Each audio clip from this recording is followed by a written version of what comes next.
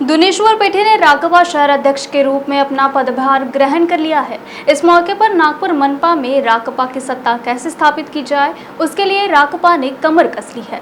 अल्पसंख्यक राष्ट्रीय अध्यक्ष शब्बीर अहमद विद्रोही ने कहा कि आम जनता के कार्य कैसे किए जाए। कार्यकर्ताओं द्वारा 80% समाज नीति तथा 20% राजनीति करने की बात भी कही। कार्यकर्ताओं को एक साथ लाकर पार्टी संगठन को मजबूत करना ही अगला कदम है। वहीं पेट्रोल की बढ़ती कीमतों के लिए केंद्र को जिम्मेदार बताया।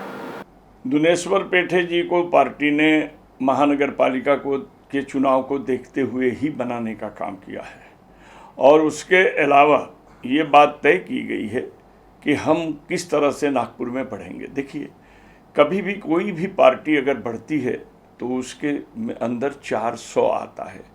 पहला आता है संपर्क, दूसरा आता है संवाद, तीसरा आता है संघर्ष, चौथा आता है उसका समाधान, समस्या और समाधान, ये चीज़ आती है।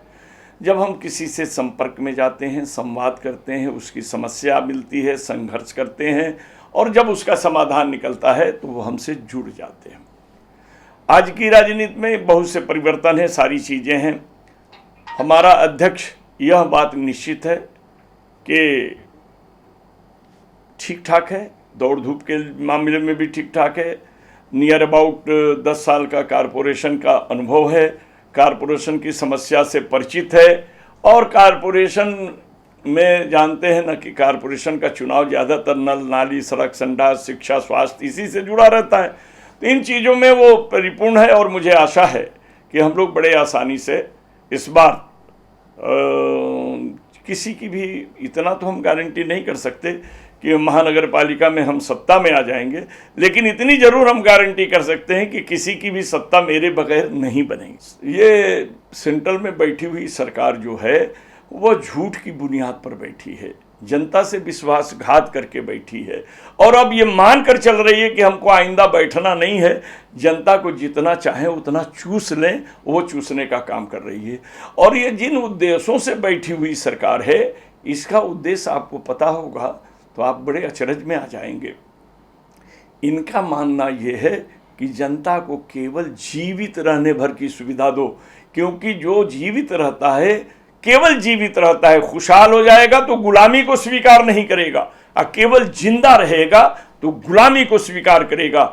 आरएसएस का यही फार्मूला है कि भारत की जनता की सारी संपत्ति को खींचो और कुछ हाथों में इसे केंद्रित कर दो ताकि ये गुलामी में जकड़ जाएं और जब ये गुलाम रहेंगे तभी हमारी बात को मान करके चलने का काम करेंगे। मैं ये उदाहरण इसलिए दे रहा हूं कि आप इस पर ध्यान भी दीजिए कि कोरोना काल में सारे लोगों का रोजगार गया, व्यापार गया, सारी चीज गई, लेकिन इस देश के पूंजीपतियों की संपत्ति दुगुना तिगुना बढ़ने का काम किया।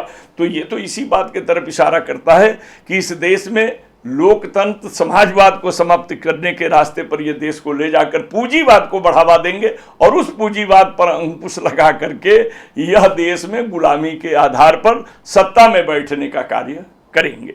रह गया आपने जो कहा कि भाई इसमें विपक्ष, जो केंद्र का विपक्ष है, एक तो मान्यता ही नहीं है किसी पार्टी को विपक्ष का।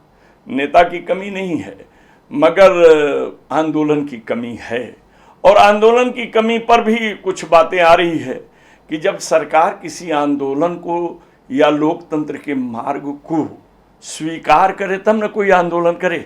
आज किसान आंदोलन देखिए कितनी शानदारी के साथ, हमारा मानना है कि ये 7वें महीने में प्रवेश कर चुका है आंदोलन, लेकिन सरकार के कान पर जू नहीं रेंग रही है।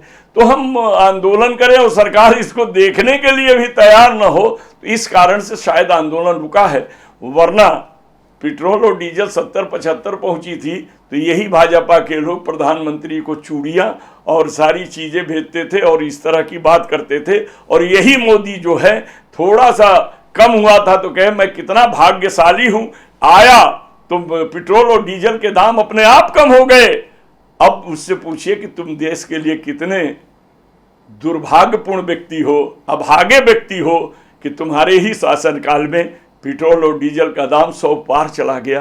तुम ही कहते थे कि यह तो लगता है कि मनमोहन की आयु की तरह देश के डीजल और पेट्रोल के दाम बढ़ रहे हैं। हम तो अब ये मानते हैं कि तुम्हारे आय के दूना की तरह से बढ़ने का काम कर रहे हैं। देखिए, जो बात कहो उस पर अमल करो। सत्ता में आने से पहले जितनी बातें उसने किया, आज एक भी बात पर अमल हुआ हो तो आप बता दीजिए।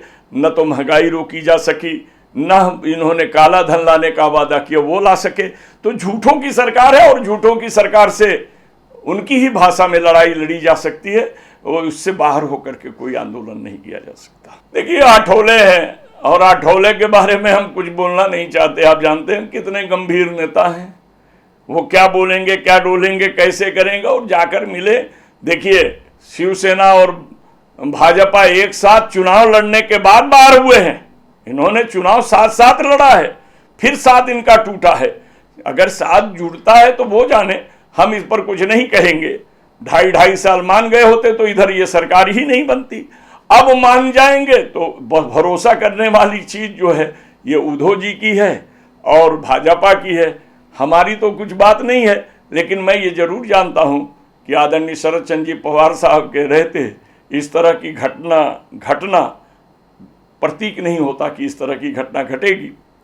अगर घटेगी भी तो हमें इसकी ज़्यादा चिंता इसलिए नहीं है कि हम जनता के बीच के आदमी है, जनता के बीच रहेंगे, जनता की समस्या के लिए रहेंगे। सरकार में रहेंगे तो सेवा करेंगे, नहीं रहेंगे तो सड़क पर आंदोलन करके इनके अधिकार को दिलाने का काम करेंगे।